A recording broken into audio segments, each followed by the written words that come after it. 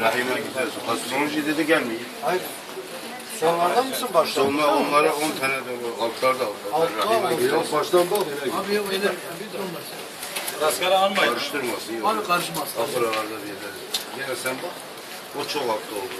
Astroloji yok mu burada? Yok. Biz de kimliğimizi alalım. Ben size dedim ki böyle olmuş sıra tayda gitsin bu okuyor. Ya ben onu demeyene basıyorum. Tek yapalım.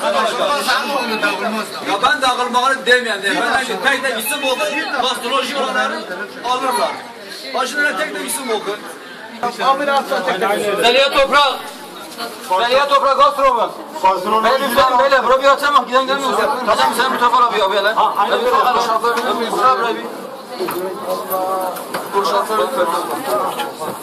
Zeliha Toprak! Yok bırak. Zeliha Toprak! Yoksa yerine Al Zeliha Toprak'ın al sesini. Gazete doktor baksa izinle. Nazmiye Dilekçi. buraya koy usta. Sen dokun mu? Mehmet Şahin. Evet. Gastronom. Yok.